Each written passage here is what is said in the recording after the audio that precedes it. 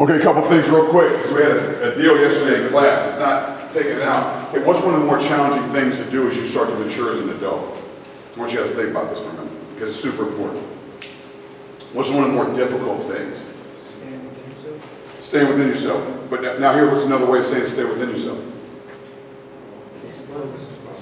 Discipline. Say it again. So what's the ultimate goal for you guys? You guys are young adults. So adolescent, what's adolescent? It's adult in essence. That means you get to a certain age, and what do you become aware of?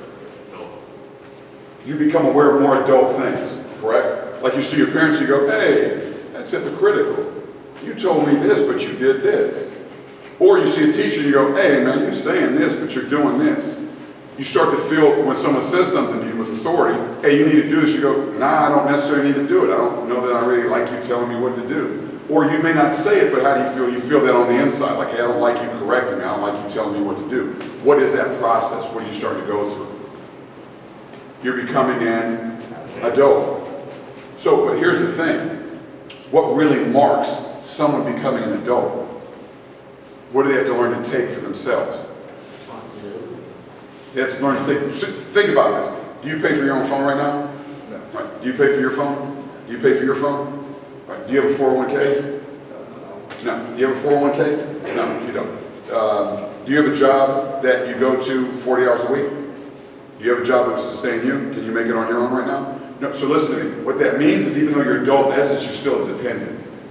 What's it depend? You still depend on who? Parents.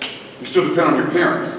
So even though you want to start combating, I want to do this, I want to do that, you're still dependent. Now here's the thing that's very difficult when you're going through this process. What you do is you start to make decisions, right? And the decisions you make are, I want to make my own decisions. And you live with the result. And you point to your parents, or you point to the people around you. I'm going to do what I want, but you don't get to give me the consequence of that. That belongs to somebody else. And what that is delusional. It's not right. You don't get to say you're going to make a decision and I got to live with it. You don't get to go, I'm doing it my way. It messed up. That's your fault. You shouldn't let me do it. That's your fault. Did everyone hear me on this? So what you have to learn how to do is take responsibility. Response-ableness. Able to respond in a way to life that builds your life and doesn't tear it down. In a way that ends up constructing your life and not destructing your life. There's a difference between those two, yes? All right. Here's the thing, when you start to take responsibility, it means you have to take risks. Because if you take responsibility for yourself, is that a risk? What's the thing that makes us afraid to take responsibility? Failure. The risk of failure. Is it failure itself or is it the risk of? Because you can go and actually do really well and not fail. But you don't even want to what? Risk the possibility of that kind of failure. And so what you do is you shrink back. But there's a frustration that grows because ultimately you really want responsibility. But what you have to do is you have to develop the strength to be response-able. It means as you're confronted with circumstance and situation over and over again, you're able to do what? Make solid decisions, to discipline yourself according to principle, in a way that builds your life, that protects you. And when you protect yourself with principle, what ends up happening? You grow. And what happens to your confidence? It grows. And what happens to your desire to take responsibility? It and it stops being the unknown because you're starting to be internally built. You're building a level of confidence in you that can't be shaken from the outside because it's what? Internally built.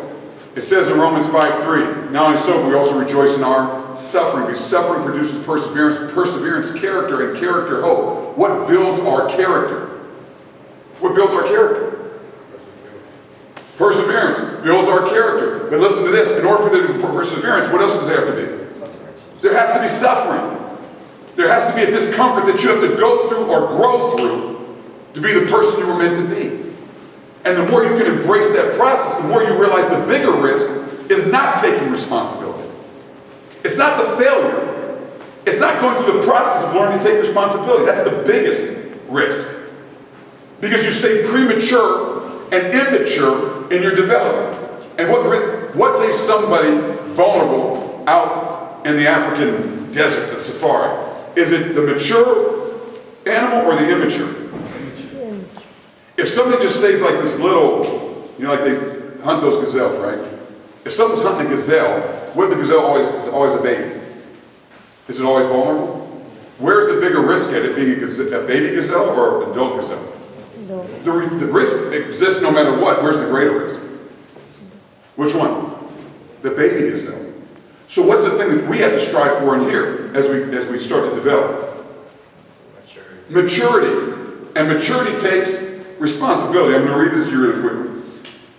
The powerful principle and higher self-action is called self-observation. How do we start learning to take responsibility? It starts with self-awareness and self-observation. I need you guys to understand that. All development in here, all you guys, what you need to start doing, there's a difference between being self-conscious, which we all are, it's insecurity, and being self-aware. What's the difference between the two? Titus, move over a little bit. If you want to get in the camera, just say hello to everybody and do what you got to do. All right, but other than that, you're eking over more and more. Gusto, are you a producer now? Are you producing a film? All right, come. Yeah, okay. So you can get your work on it. Next time, get a mic and do the interview properly. All right. What's the difference? Insecurity and self-awareness. Self-consciousness and self-awareness. What's the difference between the two? Is consciousness led by emotion? Okay, so that's a good thought. Just go ahead, shoot. Insecurity has more of a negative connotation. Insecurity has more of a negative connotation. Okay, what else? What do you guys know? Oh, me? Yeah. It's like you're not good at something, and you like look at others and you think like maybe they're good at something and you're jealous of it. Kind of. Ooh, that's really good. That's self-conscious. What's self-consciousness rooted in? The fear of what you're not. All right, that's self-awareness. Self-consciousness is judgment. You're judging who? Yourself. And going, man, these are my weaknesses. I can't let anyone know because they'll use this against me. And then what you do when you're self-conscious and you're insecure, because I do it, and I'm probably the most insecure guy in this room, is I start to look at your weaknesses. And I hide my weaknesses. And I highlight your weaknesses. And then I take my strengths and I only put my strengths out there. And I go, I'm better than you. And I try and keep everything in what? That bubble. Did I really become better than him? No. Is that really me being better? No. What am I really doing? I'm really acting out of my what? Character. Now listen, weakness. Because am I building strength in that? No. By holding on, by pointing out somebody else's weaknesses and only highlighting my strength, am I getting stronger? It's a shortcut, yes or no? The real growth, the real strength is I identify my weakness and I don't judge it. I understand those are areas of growth that I need to develop in. And I embrace them because I go, oh, this shows me my potential. I have all this to get better, right? And then I also look at my strengths and what do they do with my weaknesses? Because are both true about me? Do I have strengths and weaknesses? Are they both just as true? So if I take those things and I put them next to each other, what do they create? What do you need on an airplane? Do you need your right wing or your left wing? You need both. What happens if you lose one of the wings? You lose balance. What happens when we only look at our strengths? We lose balance. What happens when we only look at our weaknesses? Neither one are true. Both are true simultaneously at the same time. We have to understand the good and bad nature of who? Ourselves and reconcile. Now, how do we do that without judging? Self-awareness allows us to evaluate ourselves without judging. Is that different? Self-consciousness is our judgment of ourselves. And then we project it where? Into the world around us and we hide. Can we be close to people in that state? No. Now all of a sudden, listen, self-awareness, I watch myself and how I operate and I go, like this morning, we were driving in and I was fatigued and sinful and selfish. And my one daughter walks in the car. And she my heart, I don't get my heart wet, whatever the thing is. And so she starts walking to the car and she's like, Dad, I don't want to walk outside. So I said, hey, honey, you, the one with the hood on, you got to walk out and open the door. She's like, no, we want you to open the door. I said, you guys got to start taking responsibility, all right? This other stuff's not going to work. So she gets in the car, she goes to open the car. So she opens the car door, but she's mad. The older one. She's mad, she goes to get in. The little one, the younger one, comes in to come behind her. What do you think she does? Closes the door. Say it again. Closes the door. She goes to shut the door on him. She's like, no, she have to open it. I was like, so what do? I'm fatigued. I'm selfish. I'm sinful. What do? Hey! Don't shut the door! You do! Oh, dang it. I know that doesn't go well. And all of a sudden, I was like, all right, mess that up. Go ahead and leave that door open. All right, get on in. so on and so forth. She sat down, I said, hey, I'm really sorry. I'm really sorry I should have said that. I shouldn't have yelled at you. Hey, it really bothers me when you, why would you shut the door on your little sister though? I think that's wrong. Here's the deal. What did I start doing when I went? What I can do is, you're pathetic, you're a terrible dad, you're miserable, which, hey, in some rights that would be true, all right? There's another side of it that I don't. I come above it and go, hey, what caused me to be here? Why am I acting like that? What drove it? I was late to class. I came in, I'm moving slower today than I did yesterday. Why am I? Why am I doing that? Is that beneficial to me or hurtful to me? But listen, I don't judge it. I do what? I evaluate it, and then what'd you say? Who said elevate? Me. Say it again. Elevate. I evaluate it, and then I elevate my awareness. And what does that do to me? It makes me better. And so I'm not judging anymore. I go, hey, if what I did was wrong, I'm not going to stand here and, stab myself, it's over. I'm the best at that. What I do is instead I invite you guys, where you see different areas of growth. You could say weakness, you could say areas of growth. What's the best thing you could do? Evaluate it and go in pursuit of how can I grow in these areas. But now listen to this one. If it's a weakness, how often are you going to have to apply and work at it? If you have a weak muscle, how often do you have to work and apply it? Apply effort to it, huh? Twice, you have to do it every day. Does everyone understand that? Because if you have a weakness, what does it take to grow in that weakness? Training. Now listen, constant use. Hebrews, come down to 5, come all the way down to the bottom, and it says, hey, who through constant use have learned to distinguish. But solid food is for the mature, who through constant use have learned to distinguish good from evil. So I make the distinguish, I distinguish the two, and then what do? Like if I distinguish the two, then what do? I identify and I move up. Correct? All right. 2 Corinthians 13:5 says, test yourselves to make sure you are solid in the faith. I want you guys to understand this. Were you meant to be something? Do you believe that there's something that you're meant to become? Sir, Can you see it? not yet. So what is he going in? What is he going? If he can't see it, Hebrews 11, verse 1, but faith is the substance of things hoped for, the evidence of things not seen.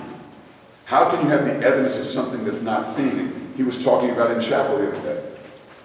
I need data. Faith is the substance of things hoped for, what you hope to become. The evidence of things you can't see.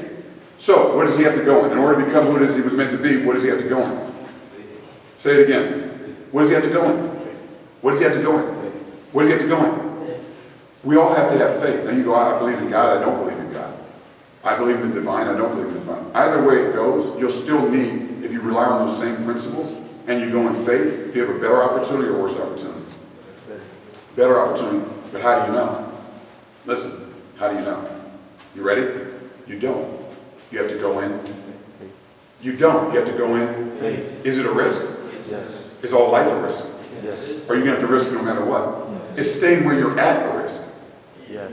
Is staying where you're at a bigger risk of immaturity? Is it a bigger risk than moving into the unknown?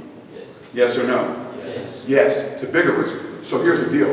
It's not whether I don't want to take a risk. It's how do I get good at identifying and become self-aware on the risks I need to take? Right? Yes or no? Hey, and then listen. How do I get good at embracing risk without judging it by failure, but by process and by my progress through that process? Do you hear me on what I'm saying? All right, it's the biggest thing. When we come in, it's the bigger thing. And you guys are going to hear this more and more. I'm going to keep trying to turn up the dial with how we work. Hear me on this. It's not because you're not good enough.